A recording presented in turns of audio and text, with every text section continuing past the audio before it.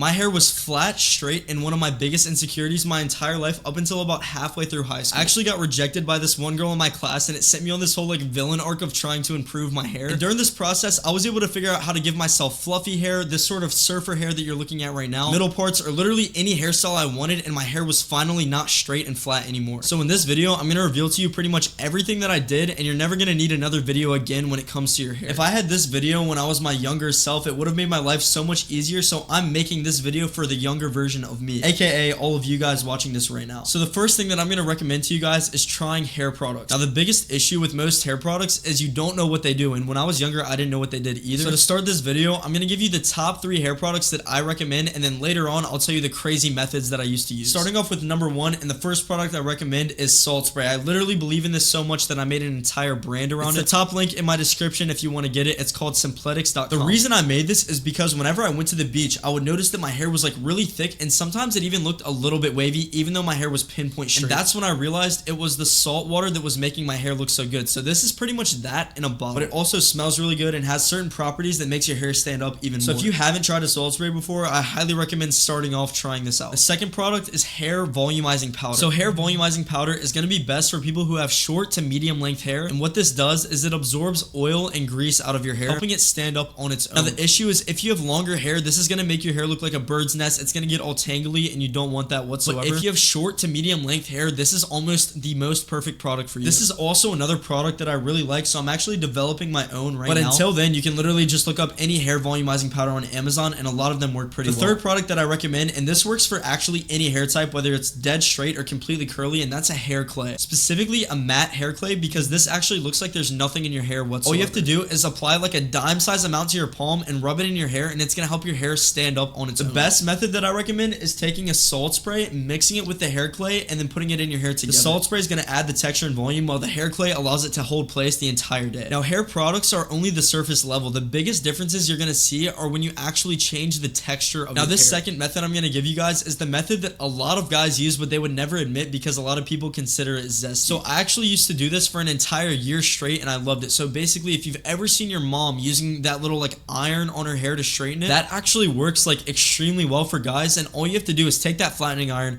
turn the heat all the way up, and curl your hair upward in the front to get that like fluffy hair look. Now if you want the exact process that I use to make my hair look like this without ever doing anything else to it, I would wake up, take a shower, and while my hair was still wet, I would add the salt spray for that like beachy texture.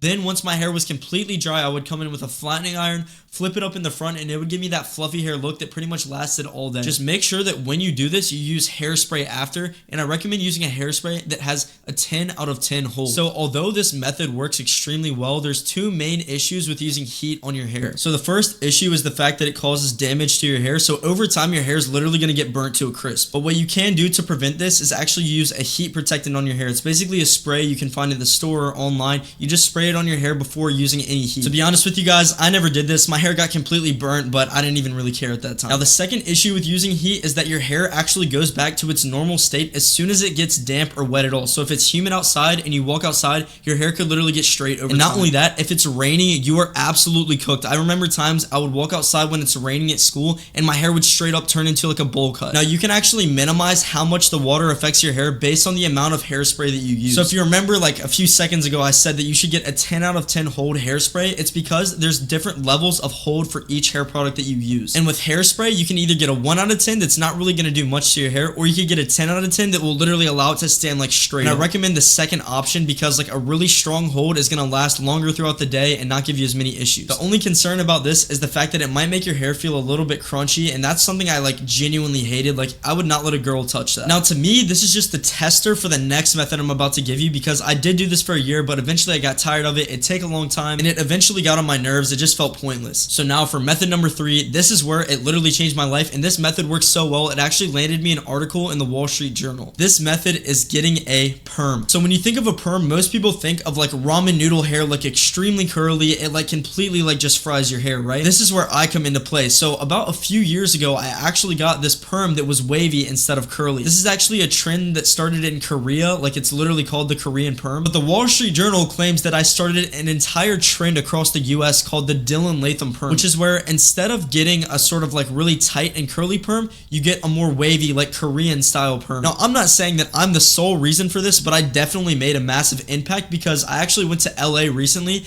and the girl at that salon told me that like kids show her pictures of my hair all the time. The best part about getting a perm like this is it permanently changes the hair on top of your head. So if you get a perm, it'll last about 4 months. During those 4 months, all the hair around your head is going to be texturized, a little bit curly, kind of wavy, and you can do whatever you want with it. Just keep in mind that you are going to have to get a perm about 3 times a year if you want to maintain the look. And also, even the curly parts of your perm are going to begin to get straighter over time, but this takes a really long amount of time. I've had this perm for like 3 months now, and it's still like pretty curly if you ask me. So now here's the step-by-step process that you need to follow, and you cannot miss any of this. So I recommend either saving this, just doing something so you don't forget this part, because if you mess it up, it's going to be catastrophic. So what you want to do is get on your phone and look up salons near me. Once you find a salon that's nearby that's also open, what you want to do is call them and say, hey, do you guys do perms for guys? For some reason, a lot of salons do perms, but a lot of them don't do them for guys. It's really weird. Next, you want to ask them if they have large curlers for a wavy perm instead of a curly perm, because if they don't have large curlers, you are going to get cooked. You're going to walk out with ramen noodle hair. What I always tell people is you want to have peach curlers on the top and purple curlers on the side, because usually salons actually determine the size based on the color. So ask if they have peach and purple curlers, and if not, they might have like different color scales, so you might want to ask them if they just do wavy perms in general. Then after that, you're going to want to look at their website and see if they have any photos of these perms, because I don't know why, but a lot of salons will mess you up. In fact, the one I just mentioned that I went to in LA where the girl actually noticed, she like cooked my hair, because what she did is she gave me the perm and then shampooed it immediately after, and you never want to do that. That's like a red flag. I walked out the salon with like pinpoint straight hair. So anyway, now you have the salon you're going to, you have the photos for reference, you called them asking if they have the right materials, and this is the process that you're going to want to do, and you need to make sure that they don't mess you up. So first things first, they're going to wet your hair and then start adding the perm curlers. Then eventually your hair is going to be completely wrapped around in all these curlers, and they're going to add a solution that actually breaks your hair down and makes it like thinner. Once your hair is broken down, you basically sit there for a while, and then they take all the rods out, they wash it out with water, and then add a solution that sets it in. If they miss any of these steps, you are going to get cooked. So you literally tell them if they're not doing this that